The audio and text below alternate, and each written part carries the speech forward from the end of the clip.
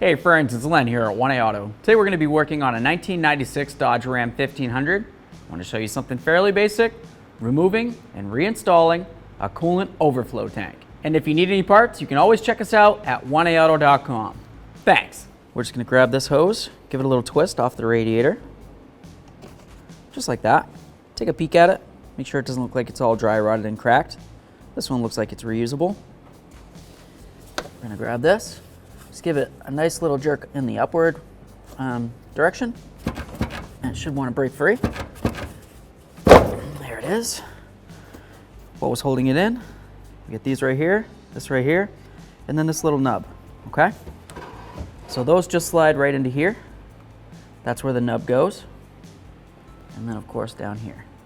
You get this little area down along the bottom. You want to make sure that you line that up with the area on the bottom of your reservoir. So there it is. Set this aside.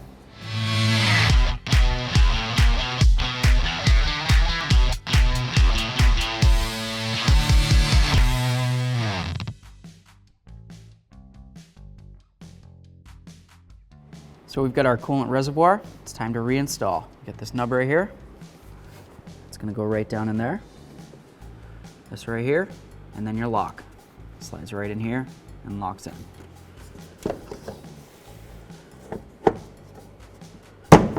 Try to get it on there. And there we go. Easy peasy. Take your hose, fill it up. All right, so we're going to top off our coolant reservoir. You've got your low line and your max line. Let's get it anywhere in between here and here.